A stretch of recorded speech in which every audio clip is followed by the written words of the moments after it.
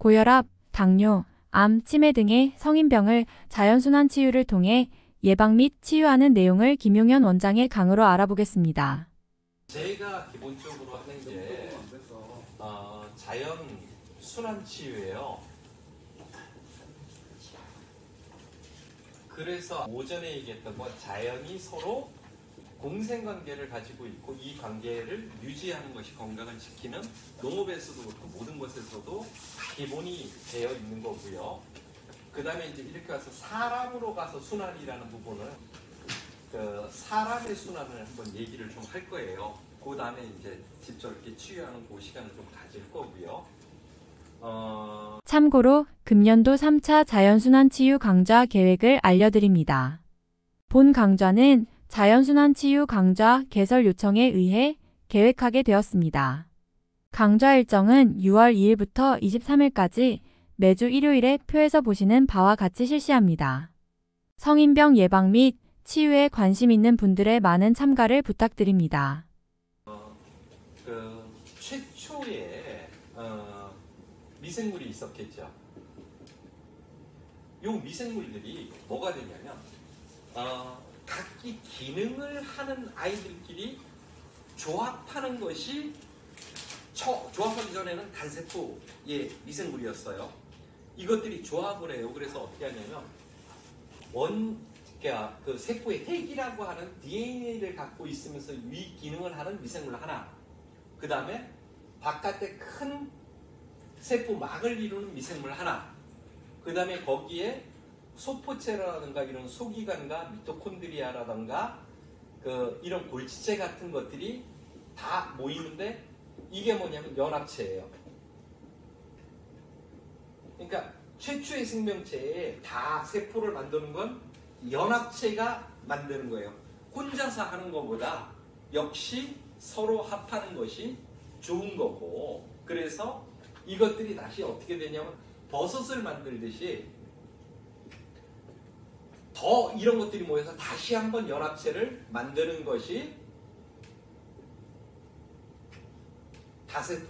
다세포예요. 다세포의 생명체.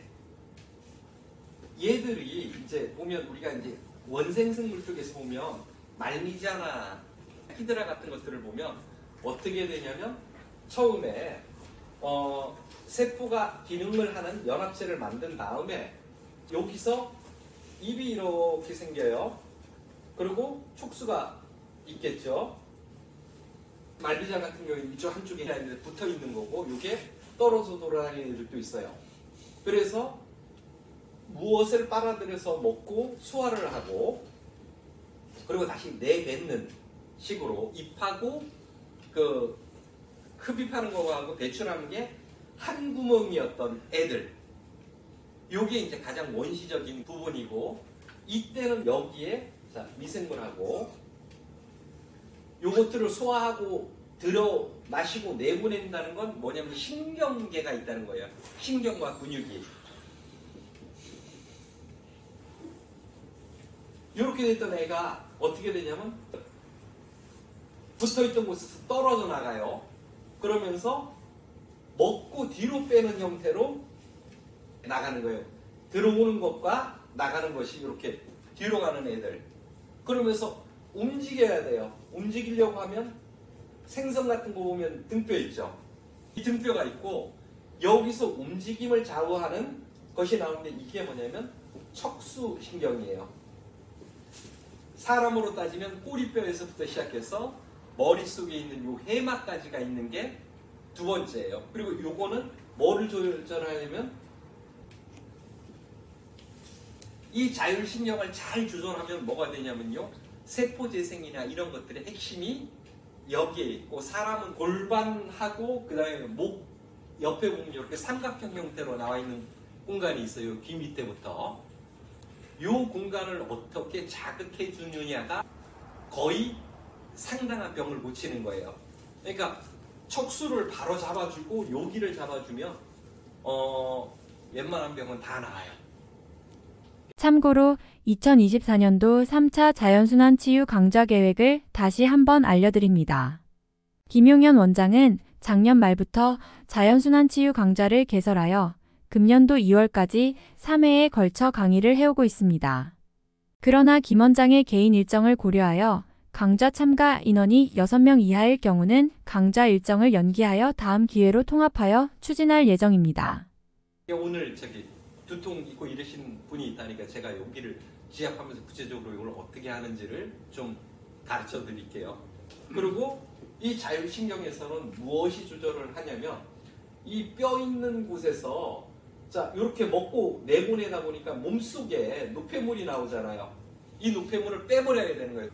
그래서 어떤 기관이 생기냐면 신장이라고 하는 곳이, 그리고 이 노폐물의 사이즈를 봐갖고 어떻게 하는 거냐면 거기에 내가 어떤 호르몬을 내거나 어떤 물질을 내면 될까를 결정해서 나오는 게 신장 옆에 들어있는 부심이라고 하는 이런 얘기들이 나오는 게 이게 자율신경을 조절하는 거예요. 그래서 신장과 여기 해마 있는 곳, 요것이 기본적으로는 자율신경을 조절하는 거고, 그 다음에 이제 존재하는 것이 뭐냐면 이제 뇌신경이에요. 뇌신경은 얘들을 전체적으로 조절하는 것 같지만 세 번째 생긴 신경이에요. 그러니까 첫 번째 생긴 신경이 소화신경, 두 번째 생긴 신경이 척추신경, 그 다음에 세 번째가 뇌신경이에요. 근데 뇌신경이 늦게 생겼지만 뭐를 컨트롤하냐면 호르몬을 컨트롤을 많이 해요. 이 요놈들을 사실은 건강에서 뇌신경은 큰 상관없어요. 스트레스나 이런 것들을 하는 거라서 건강이 깨진 건 다 여기에요. 요것만 잡으면 건강은 잡히는 거라고 보시는 게 명확하게 맞아요. 그리고 이거는 조건성이 아니에요. 그러니까 예를 들어서 내가 걸어갈 때, 생각 없이 걸어갈 때는 척추신경이에요. 근데 내가 가다가 왼쪽으로 세 발, 앞으로 세 발을 가겠다. 이거는 뇌신경이 하는 거예요. 심장이 뛰어요. 심장이 뛰는데 내가 운동을 하면 심장이 빨리 뛰고 내가 운동을 안 하면 심장이 천천히 뛰어요. 이건 내가 하는 거 아니에요. 이게 척추신경이에요. 척추신경이 하는 게 자 일반 그러니까 뇌에 그걸 안 받는 영향을 안 받는 운동들 있죠. 장운동. 이거는 1번에 그 신경이 조절을 해요. 상관없이 움직이는 거예요. 뇌하고. 그런데 호르몬의 영향은 컨트롤 타워에 영향은 받지만 기본적으로는 뭐냐면 자체가 움직여요. 장 빼놓고 나머지 폐라던가 이런 것들 있죠. 우리가 호흡을 할 때 길게 호흡하고 이런 거 빼놓고는 다 척추신경이 하는 거예요. 교감신경, 부교감신경, 그 다음에 세포재생까지도 척추신경이에요. 그리고 이렇게 조절하는 걸 자율신경계라고 해요. 자율신경계만 튼튼하면 사람은 재밌는 게 뭐냐면 다시 재생을 해요. 그러니까 여기 부분을 잘 마사지를 하고 이것만 잘 풀리면 손발이 따뜻해져요. 손발이 따뜻해진다는 얘기는 무슨 뜻이냐면 여기에 있는 모세혈 혈관이 다시 만들어진다는 거예요. 우리가 혈액이 순환될 때 심장이 있고요. 심장 자체를 도는 라인이 하나가 있고, 그 다음에 장기를 컨트롤해서 장을 돌아온 다음에 췌장과 간을 거쳐서 들어가는 라인이 하나 있고, 폐를 거쳐서 들어가는 라인이 하나가 있고, 그 다음에 심장을 통해서 들어가는 라인이 하나가 있고요. 그 다음에 목으로 가서 머리로 가는 라인이 하나가 있고, 그 다음에 오른팔 왼팔로 가는 라인이 하나가 있고, 그 다음에 다리로 가는 라인이 기본적으로 하나가 있는 거예요. 그리고 이것들은 다 어디로 가는 거냐면 이렇게 가야지. 등골에 있는 척수를 통해 갖고 그 아래쪽으로 피들이 전부 다 돌아요. 자, 그러면 심장에서 나온 애를 동맥이라 그러고요. 심장으로 들어가는 애를 정맥이라 그래요. 그리고 여기에 모세혈관이 있는데 이 모세혈관의 길이가 12만 킬로미터예요. 지구를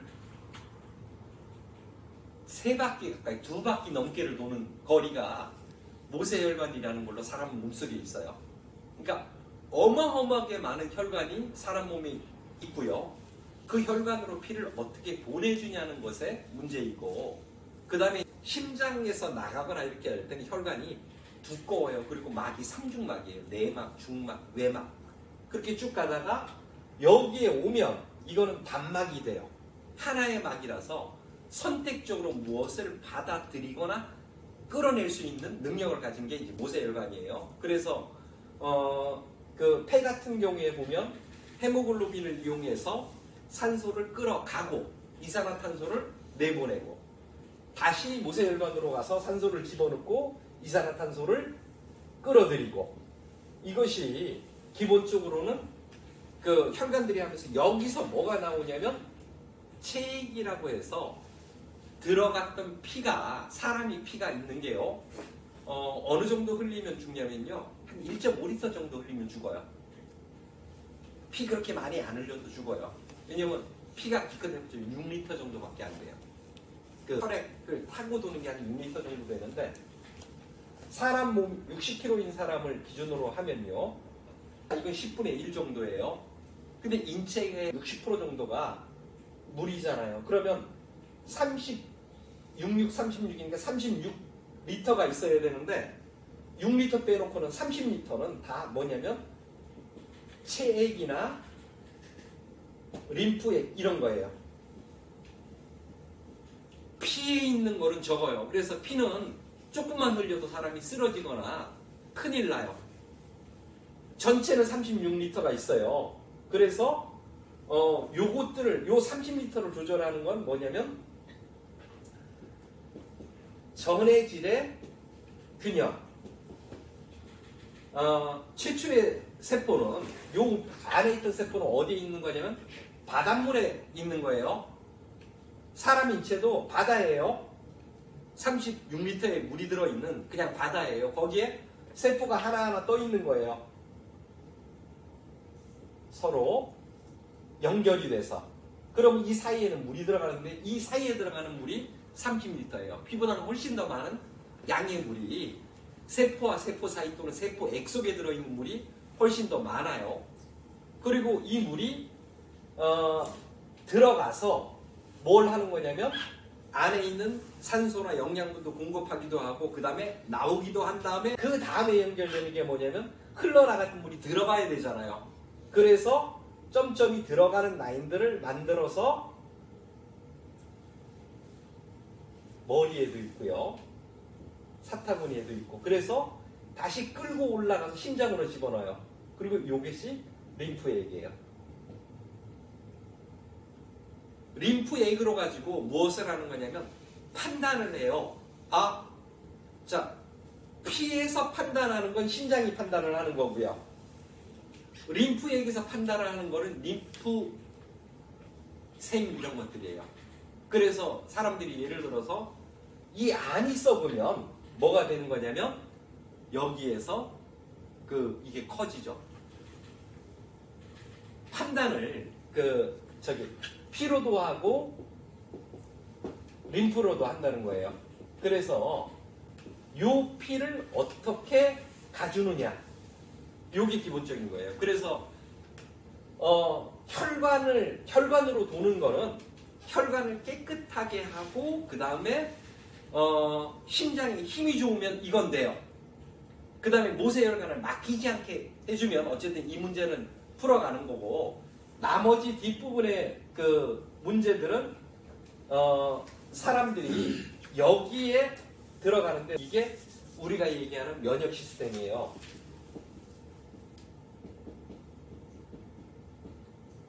식물에서 갖고 있는 면역 성분이 세포를 따라 들어가서 체액 속으로 들어가서 얘들을 방어를 해줘야 돼요.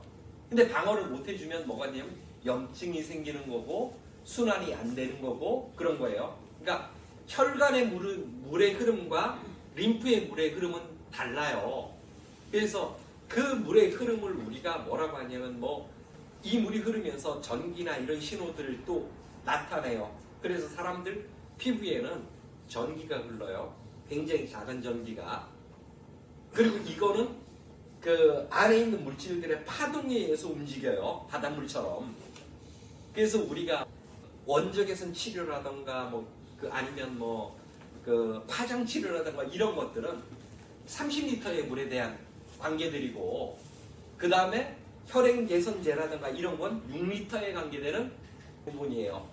그리고 이것의 균형은 전해질의 균형이고, 그래서 전해질의 균형이 깨어지면 아무것도 안 돼요.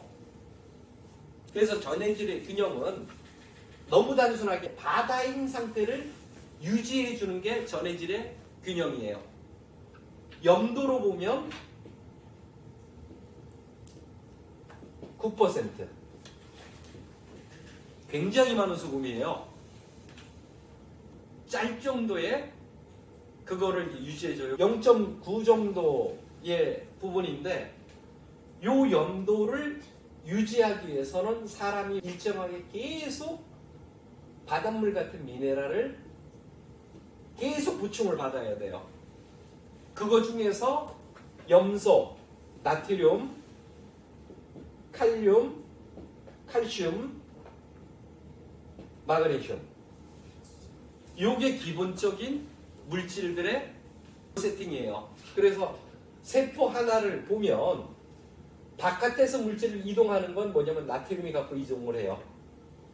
안에서 받아들이는 건 칼륨이에요. 그리고 이 칼륨 양이 증가하느냐 감소하느냐에 따라서 무엇을 하는 거냐면 칼슘과 마그네슘을 받아들이거나 말거나 해요. 그래서 칼슘을 받아들이면 세포가 수축을 하고, 마그네슘을 받아들이면 세포가 이완을 하고요. 이거는 시간으로 따질 수 없는 짧은 시간 안에 이루어지는 그런 작용이에요. 그래서 인체에서 나트륨, 마그네슘 이런 것들이 없다 그러면 전해질의 불균형이 일어나고, 그러면 건강은 깨진 거예요. 그래서 어쨌든 요것을 갖출 수 있는 건 천일염이에요. 그러니까 천일염 아니면 소금 아니에요. 여기서 한 가지 질문. 이 전해질의 불균형에서 네. 제가 어제 한 대표님하고 통화했는데 전기 전도도에 대해서 네. 근데 이것도 전해질하고 연결이 된 겁니까?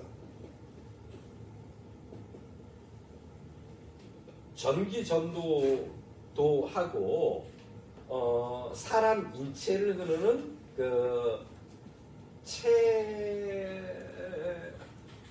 그러니까 전류가 있어요. 네. 사람 몸에 흐르는 전류는 물의 이동이에요. 물이 이동하면서 물질을 갖고 이동하잖아요. 네. 그러면 그 물질들이 서로 부딪히면서 전기를 내요. 네. 그 부분에 전기가 하나가 있고요. 전이도는 뭐냐면 몸속에 어떤 물질들이 있는데, 이 물질들을 가지고 전기를 쏴보니 전기가 흐르는 게 있고, 전기가 안 흐르는 건 미네랄 양이고요. 전기가 안 흐르는 건 그 단백질이나 이런 물질들이에요. 그래서 인체 전류와 전기 전이도는 조금 다르게 봐야 돼요. 예. 예. 그래서 이렇게 있는 게, 자, 한번 사람들한테 쭉 기본적으로 탑재되어 있는 것들을 한번 볼게요. 그래서 사람이 복잡해요. 자, 뇌가 컨트롤을 하죠. 그 다음에 호르몬이 또 그 영향을 받죠. 그 다음에 세 번째로는 척수 신경이 있죠. 그 다음에 장신경이 있죠. 그 다음에 대부분의 신체들이 호르몬을 내요. 대부분의 신체들이. 그러니까 췌장도 호르몬을 내고요. 그 다음에 심장도 호르몬을 내고, 한 가지만 호르몬을 내는 게 아니에요. 난소나 이런 것에서 다 호르몬을 내요. 그래서 뇌에서 내는 호르몬이 아닌 다른 호르몬들이 있는데, 이 호르몬이 그 딱 종류와 기능과 구조까지 분석된 게 250가지 이상이에요. 지금은 300종 이상 아마 규명됐을 거예요. 그 많은 호르몬들이 서로 무엇을 하고 있냐면 상호 연관을 지어서 따라가요. 자, 여기다가 혈액의 흐름이 있죠. 림프의 흐름이 있죠. 그 다음에 영양이라는 부분이 있죠. 그 기능을 하는 물질. 그 다음에 산소량이 있어요. 그 다음에 가면 인체 전류도 있죠.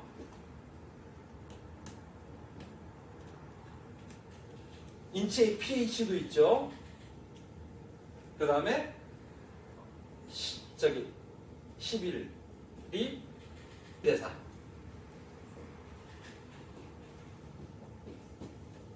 (12가) 면역 시스템 등등등이 따라 내려가요. 이게 사람을 조절하는 부분이에요. 그러니 어렵죠. 기본적으로. 그렇기는 해도 기본적으로는 단순하게는 이런 거예요. 장, 척수, 뇌. 그 다음에 혈관을, 순환을 어떻게 해주느냐. 요것이 기본적으로 우리가 일반적인 건강들을 유지하는. 그러면 고혈압 나면 어떻게 해야 돼요? 약 먹어야죠. 근데 그것도 정말 올바르지 않다는 거예요. 일반적으로 약을 고혈압 환자 중에서 고혈압 약을 먹어야 되는 사람은 환자 중에서도 5%밖에 안 된다 그래요. 고혈압 약을 먹는 사람 중에서 약을 정말 먹어야 될 사람은 5%밖에 안 된다는 뜻이에요. 그러면 전체 인구에서 절반 정도가 고혈압이고, 그럼 그 절반의 5%라 그러면 기본적으로는 한 2% 정도 사람들이 그냥 고혈압 약을 먹어야 되는데, 우린 지금 고혈압 약을 너무 많이 먹고 있는 부분이에요. 왜냐하면 고혈압이라고 하는 게 뭐냐면 혈압이 평균치를 얘기하는 거예요. 120이 평균이더라. 이런 의미고요. 지금 유럽이나 이런 일부 국가에서는 평균 혈압을 140으로 보는 국가들도 나와요. 옛날에 140이었고요. 130이었고 지금 120이에요. 평균이 140인 나라도 있고 평균이 더 낮은 나라도 있고요. 수명이 늘어날수록 평균 혈압이 높아져요. 우리가 병원에 가면 혈압은 당연히 재잖아요. 그러면 그게 평균치가 있을 거 아니에요. 유럽 같은 데는 평균치가 140이 넘어요. 그 얘기는 뭐냐면 평균이란 뜻이에요. 140이란 얘기는 100인 사람도 있고 160이라는 사람도 있다는 거예요. 근데 이게 다 정상적이라는 뜻이에요. 제가 혈압이 148이에요. 제가 고혈압 환자로 보여요? 아니에요. 내 나이에 맞아요. 왜냐면 제가 20대 때 혈압을 체크를 했을 때는 130 정도였어요. 지금 1년에 혈압이 약 1씩 올라간다고 치면 저는 혈압이 딱 맞아요. 148이. 내가 혈압약을 먹어서 120으로 낮추는 순간 어떻게 되냐면요. 20%의 피가 몸으로 안 가야 돼요. 혈압은 혈관벽에 심장이 밀어내는 능력을 얘기를 하는 거란 말이에요. 나이가 들면서 모세혈관도 많이 사라졌어요. 거기다 혈관벽도 딱딱해졌어요. 근데 심장은 그대로 있어요. 그럼 심장에 미는 힘이 압에는 더 받는 거죠. 그래서 그러니까 그 60일 때 혈압이 150 넘는 사람이 장수예요.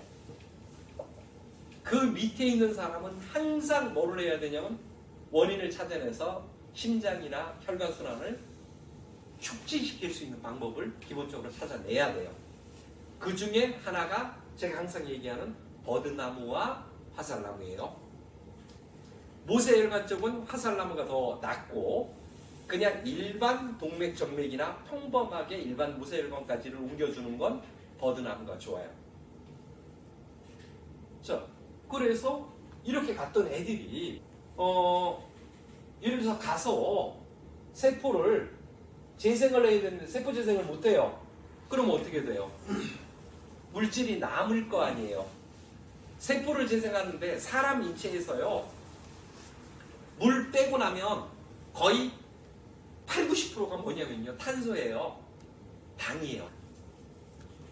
인체는 머리카락에서부터 시작해서 세포 표면부터 시작해서 이거 다 당이에요. 사람은 거의 당덩어리, 탄소 덩어리예요. 그래서 인체에 들어가서 세포 재생을 못하면 당이 넘쳐나요. 그리고 그것이 오줌으로 나와요. 그럼 당뇨예요.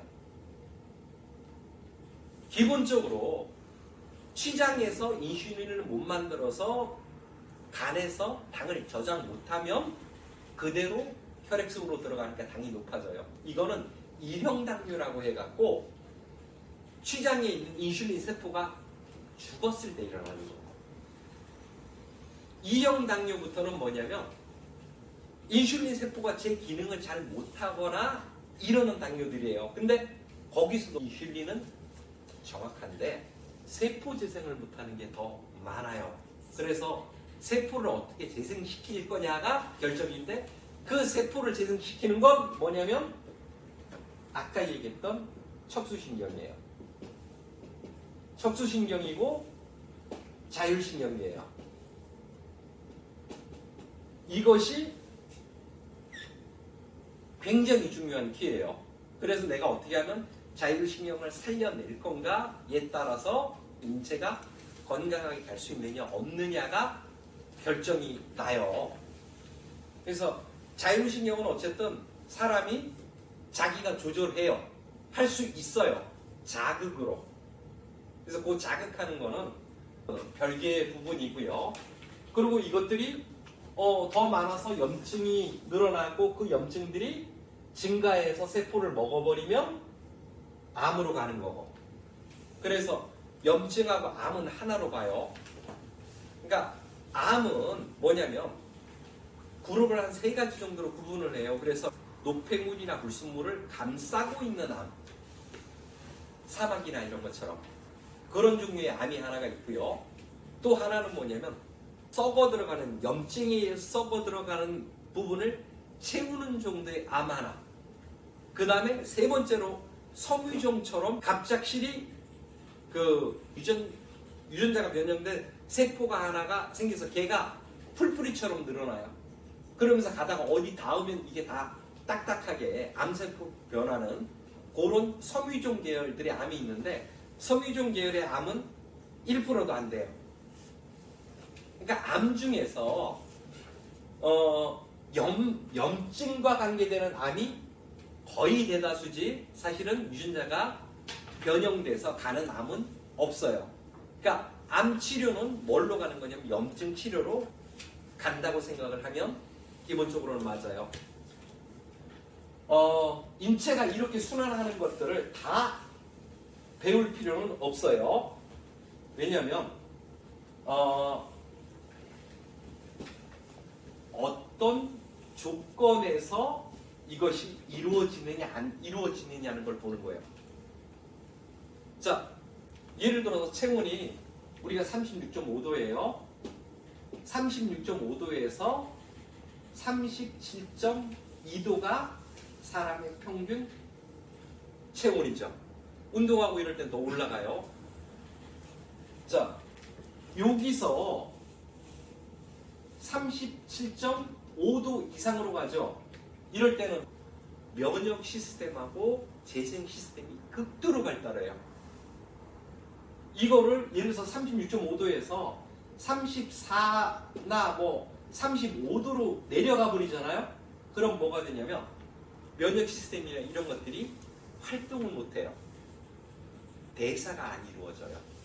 그러다 보니 어떻게 되냐면 몸이 차가워지고 붓고 조건이에요. 그러면 내가 얘를 올리는 방법, 원적외선이고 뭐고 이런 데서 따뜻하게 하는 거. 그 다음에 옛날에는 여자분들이 자궁암이나 이런 게 없었어요. 왜 그러냐면 불을 떼고 그 다음에 이 돌판에서 나오는 원적외선에 의해서 내부까지가 들어가 버리니까 없었어요. 자, 지금 우리나라 사람들이 소화기관에 대장암이나 이런 거 많이 걸려요. 옛날에는 우리나라 사람 대장암 안 걸렸어요. 대장암이 걸리는 이유를 뭐로 보냐면요, 육식으로 봐요. 육식을 많이 하면서 갔다 그러는데, 제가 보는 관점은 육식이 아니고요, 고추를 안 먹어서 그래요. 고추를 먹으면요 대장암에 안 걸려요. 그러니까 대장암이나 이런 것들을 걸린 사람들이 있으면요, 그 고추장 오래된 거 있죠, 그거 타갖고 마셔봐요.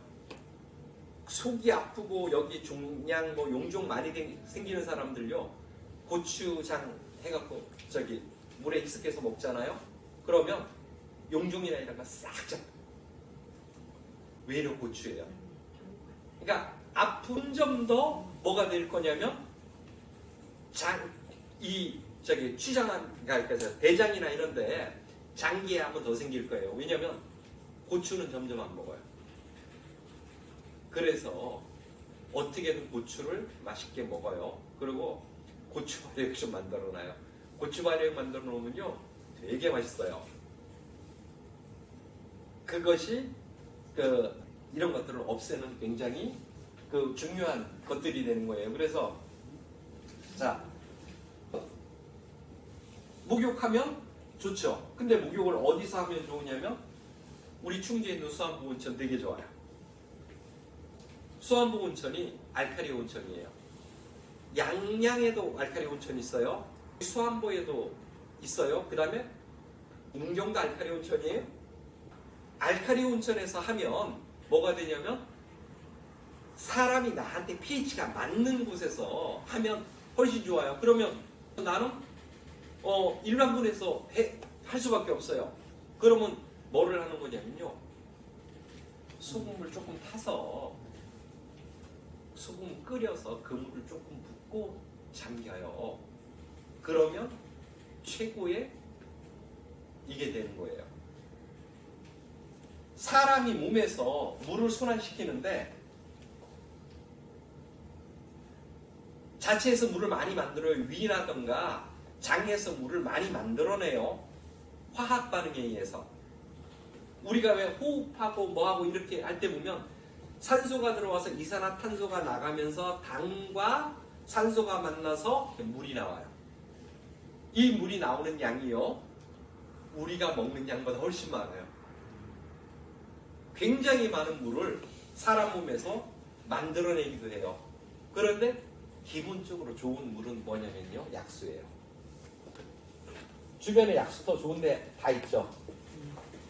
이게 왜 좋으냐면 약수에는요 기본적으로 미네랄도 풍부하지만서도요 산소가 풍부해요. 이게 포인트예요. 그래서 수돗물보다는 4배, 5배 정도의 무엇을 갖고 있냐면 산소량을 갖고 있어요. 약수가. 용존된 산소예요. 용존산소가. 뭐가 되는 거냐면 사람이 산소가 있으면 무조건 세포는 살고요. 산소가 4, 5분만 전달 안 되면 무조건 세포는 죽어요. 모세혈관이 잘못돼서 피를 전달 못하면 죽어요. 뇌에 산소가 공급이 안 되면 죽어요. 영양물이 공급 안 되는 건 버텨요. 굶어도 어느 정도는. 그런데 산소가 공급 안 되면 4분 안에 죽어요. 용존산소를 가지고 있는 물을 먹으면요 산소가 괜찮아요. 산소는요 피부로도 호흡해요. 집에다가 나무를 키우거나 인공적인 산소 발생기들이 있어요. 그런 거 사서 설치하세요. 그러면 그 산소 발생기가 얼마나 재밌냐면요, 방 안에다가 틀으면 산소가 발생되면 부패균이나 이런 건 죽어요. 사람한테 해로운, 제가 처음에 그림 그릴 때 이렇게 잘라서 했던 이 밑에 것들은 사라져요. 산소가 들어가면. 위에 것이 확정해요. 그래서 도시하고 시골하고 차이가 나는 게 뭐냐면 산소예요. 특히 우리나라는 어디가 좋으냐면 동해안이죠. 정말 좋아요. 서해안이나 인천, 서울은요 사람들 살 데가 안 되는데 우리나라 인구의 80%는 다 그 동네에 모여 살아요. 그러니 병은 그 동네에서 제일 많이 나오는 거예요. 그게 왜냐면 너무나 단순하게 산소 하나의 공급이 되느냐 안 되느냐. 겨울철 같은데 지금 눈 왔잖아요. 저 눈을 어떻게 하냐면 그릇에 떠서 저기 방 안에 둬도 돼요. 그러면 어떻게 되냐면 냉할 때는 산소를 물이 많이 먹어요. 그랬다가 온도가 올라가면 산소를 방출해요. 추웠다가 따뜻해지는 곳, 우리가 물 이렇게 끓이면 거기서 산소 나오죠. 정말 좋은 산소예요. 순수한 산소예요. 그냥 얼음은 이제 인공적으로 해서 산소가 없는 곳에서 올렸으면 산소가 안 들어가요. 눈이라던가 바깥에서 얼음들 있죠. 그거는 산소가 무한정 많아요. 그래서 걔들을 방 안에다가 들여놔도 뭐가 되는 거냐면 이게 산소를 엄청나게 발생을 해요. 그 전원주택을 하거나 이러면서 우리가 실내에다가 저런 난로를 피거나 이러면요 어떻게 되냐면 띵해요. 사람이요. 특히 벽난로 같은 것 때문에 띵 해갖고 어지럽고 이래갖고 병원 가려고 나와요. 병원 가려고 나와서 버스를 기다리고 나면 머리가 막 다쳐요. 또 집에 와서 있으면 띵해요. 산소량 하나가. 그래서 기본적으로는 자 외부 조건을 맞추는 곳에서 하는 것. 그 다음에 이 모든 것 중에 제일은 척수신경. 그 다음에 식품에서의 최고는 뭐냐면 정말 골고루 먹는 혼식. 그리고 기본적인 밥은 현미와 조와 녹두와 그 다음에 귀리 요 정도를 섞어 먹는 것이 최고의 기본 식사가 돼요.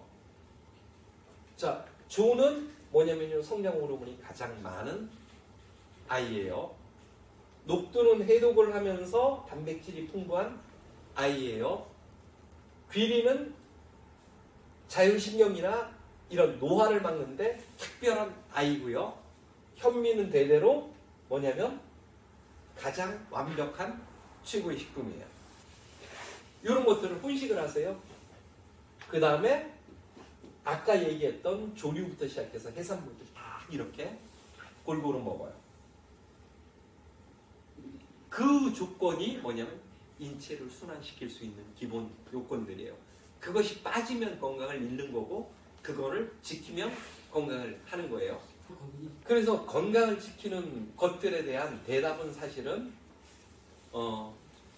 별거 없어요. 그러니까 예를 들어서 자 추워요. 그러면 옷 입어요. 뻗고 다니잖아요. 왜? 그러면 병 들어요. 근데 옷을 제대로 입고 다니면 병 안 들어요. 그리고 우리가 요즘 그 빠지는 것들을 보면 조개류가 많이 빠져요.